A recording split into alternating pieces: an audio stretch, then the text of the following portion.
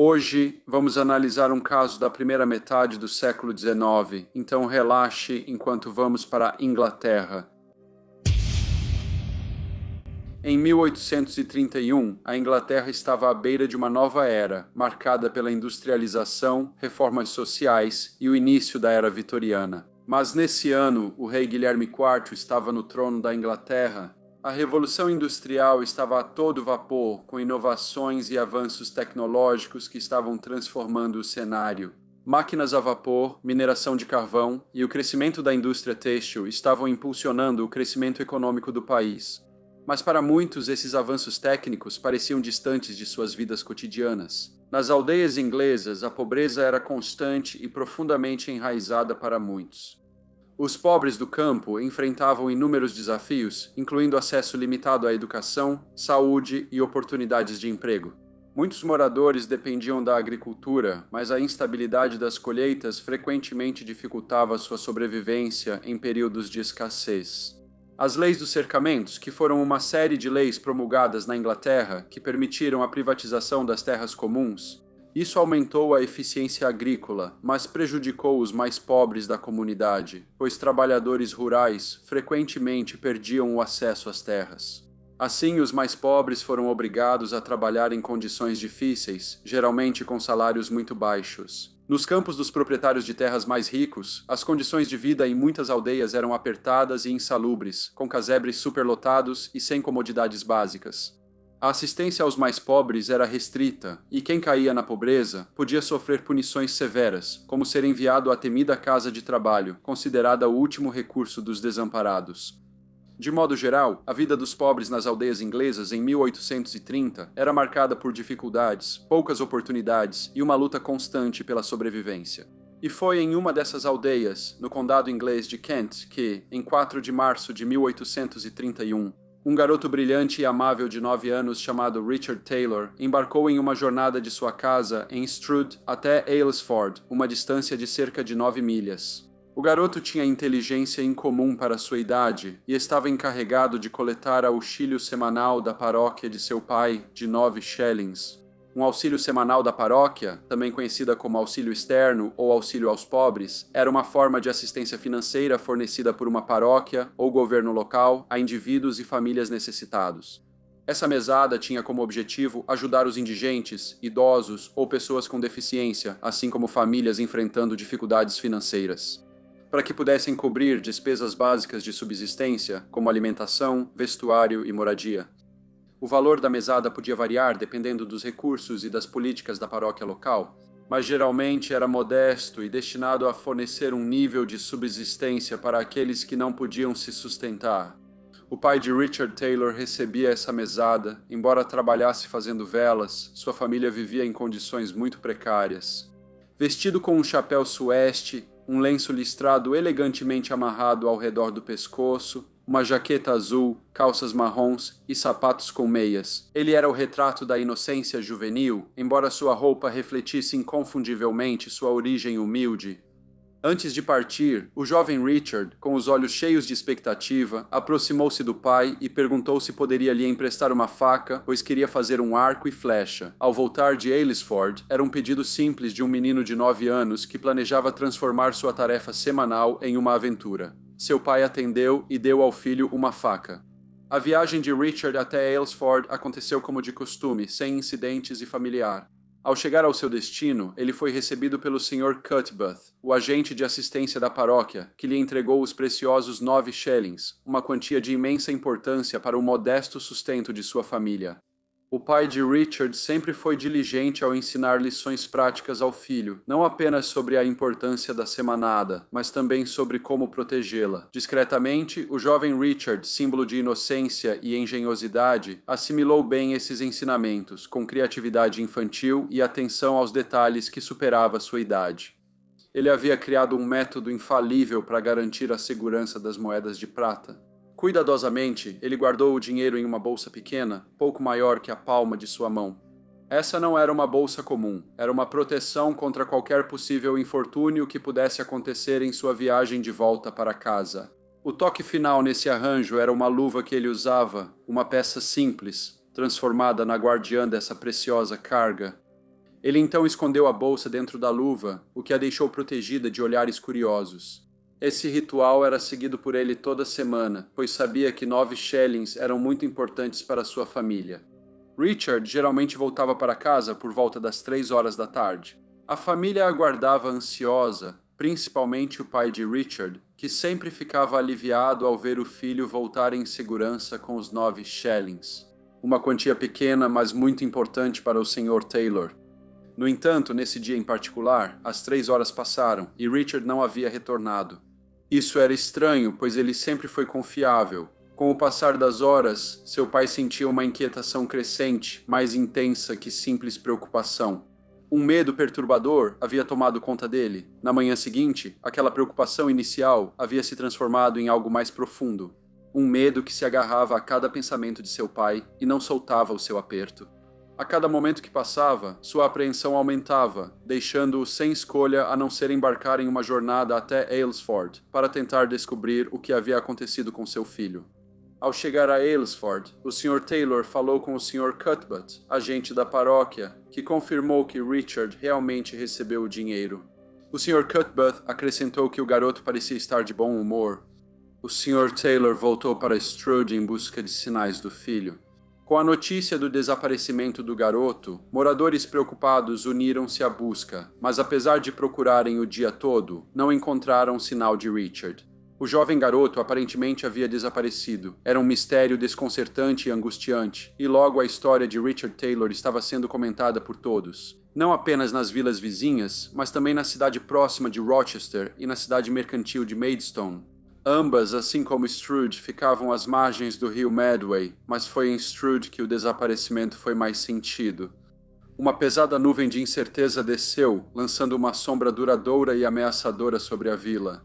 Enquanto a comunidade buscava respostas sobre o que ocorreu com Richard Taylor, semanas se passaram e não havia nenhuma notícia do garoto. Isso durou até 11 de maio, mais de 2 meses após o sumiço de Richard, quando a verdade assustadora sobre seu destino veio à tona. Um homem chamado Sr. Izzard, que estava caminhando por um caminho sinuoso no meio de uma área arborizada, se deparou com uma cena de partir o coração. O corpo sem vida de um menino estava jogado em uma vala, descartado e esquecido. A luva da criança fora brutalmente cortada de sua mão esquerda e suas roupas estavam desalinhadas, como se tivesse lutado muito.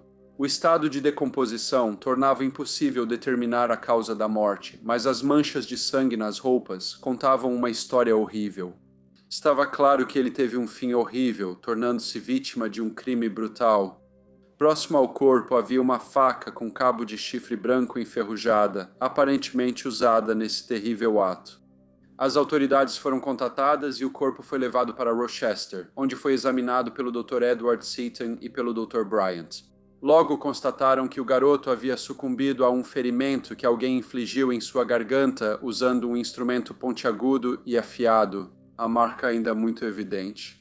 O legista posteriormente descartou a possibilidade de que isso tenha sido auto-infligido pelo falecido.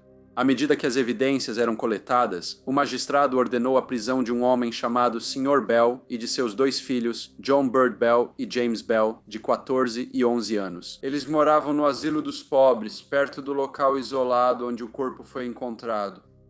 A faca encontrada na cena foi identificada como pertencente a John Bird Bell e era uma prova muito significativa que o implicava no crime. A investigação persistiu sob o olhar atento dos magistrados em Rochester. Conforme avançava, as evidências indicavam cada vez mais os 2 garotos como prováveis autores do ato hediondo. Nesse processo, o corpo de Richard Taylor foi exumado para exame mais detalhado. John e James Bell foram então levados ao cemitério para observar a operação macabra. Enquanto John mantinha um silêncio perturbador, James cooperou com os investigadores sem hesitar. Com uma mistura de pavor e determinação, ele enfiou a mão nos bolsos das roupas do garoto falecido e, com os dedos trêmulos, encontrou uma faca. Mas não era só uma relíquia macabra do ato deles, era a faca que o pai de Richard lhe deu no dia em que desapareceu. A faca já havia sido encontrada antes, mas decidiram enterrá-la com Richard. Ficou claro para os investigadores que o roubo havia sido o motivo do garoto para cometer um ato tão terrível, mas a história completa ainda estava para ser revelada. O mais novo dos irmãos, James, não conseguia mais suportar o peso dos segredos sombrios. Em um momento de confissão, ele revelou a verdade assustadora de que ele e John tinham intenções assassinas em relação à sua vítima desavisada. Por um tempo, eles observaram e aprenderam com as frequentes viagens de Richard entre Stroud e Aylesford. O plano maligno deles finalmente se desenrolou no dia 4 de março, quando John emboscou o jovem Richard na floresta, enquanto James fazia a vigilância. Após o terrível ato, John entregou a James uma parte do dinheiro ilícito, selando assim o pacto sinistro entre eles. James Bell foi libertado enquanto seu irmão John foi preso e acusado de assassinato. O julgamento começou nas Assises de Maidstone no dia 29 de julho de 1831, e quando o juiz lhe perguntou como ele se declarava, John respondeu em voz alta e firme: inocente. O pai do menino falecido contou ao tribunal como toda semana seu filho ia até Aylesford para receber a ajuda semanal da paróquia, uma quantia de 8 ou 9 shillings.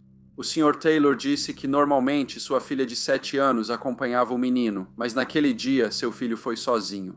O Sr. Taylor ficou muito emocionado durante seu depoimento e, em certo momento, ficou tão abalado que desmaiou quando tentou se recompor. Ele continuou contando ao tribunal como foi levado ao local onde o Sr. Izzard havia encontrado o corpo da criança. Embora o rosto estivesse irreconhecível, ele reconheceu a faca emprestada ao filho em 4 de março e as roupas eram as mesmas que o filho usava.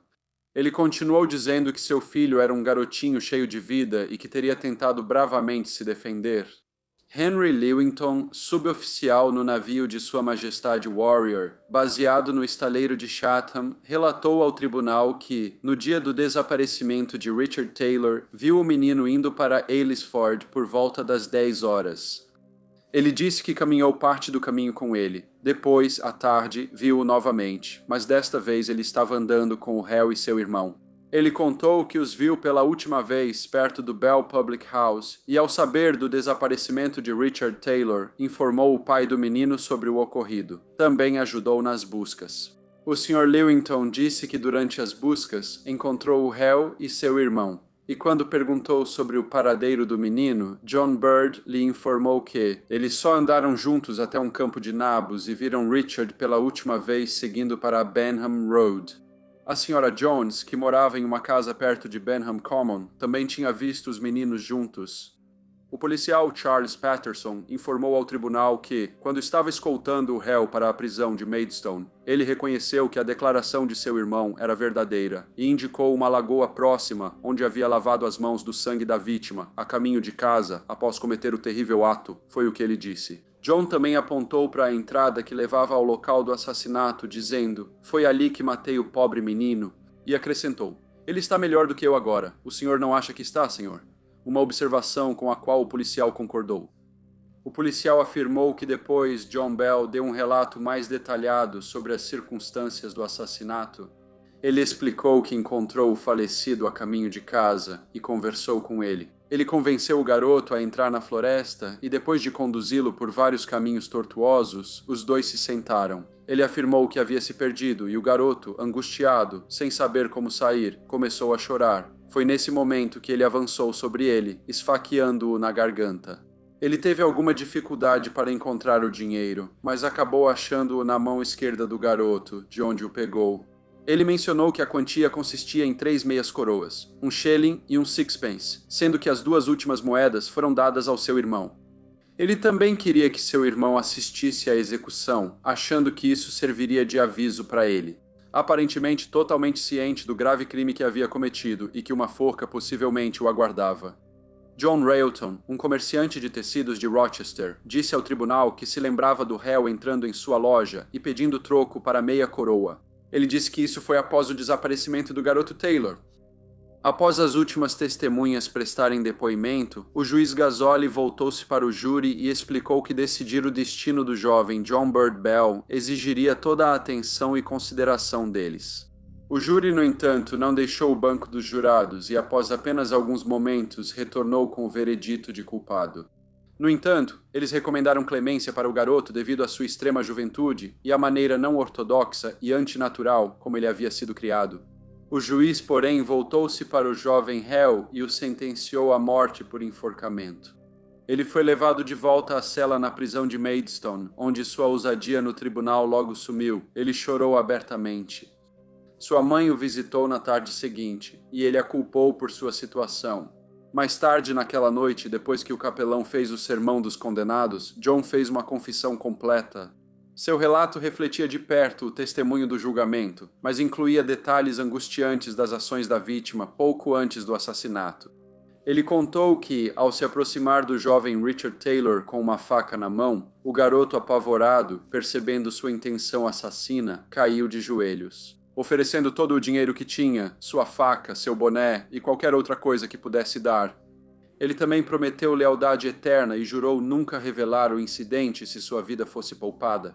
No entanto, esses apelos sinceros não tiveram efeito, e sem dizer uma palavra, John disse que o matou às 11h30. No dia seguinte, que era uma segunda-feira, o sino da prisão soou solenemente, sinalizando os preparativos para a execução. Após a conclusão do procedimento de amarração, o jovem condenado, acompanhado pelo capelão, caminhou resolutamente até a forca. Enquanto estava de pé na plataforma, ele olhou ao redor com olhos firmes, sua expressão inalterada. Ele olhou diretamente para a frente e declarou com voz firme e audível: Senhor, tende piedade de nós. Orai, Senhor misericordioso, tende piedade de nós. Senhor, tende piedade de nós. Todos que testemunham isto, prestem atenção, tomem meu exemplo como aviso. Quando lhe perguntaram se tinha alguma palavra final, ele repetiu a mesma oração e acrescentou: Senhor, tende piedade da minha alma aflita. A alavanca foi então puxada e diante de 8.000 pessoas, John Bird Bell foi enforcado. Seu corpo foi entregue a cirurgiões de Rochester para dissecação. No momento de sua morte, ele tinha 14 anos de idade. Olá a todos e muito obrigado por ouvirem. Como de costume, por favor deixem quaisquer comentários ou sugestões que vocês tenham e espero ver todos vocês novamente no próximo Briefcase.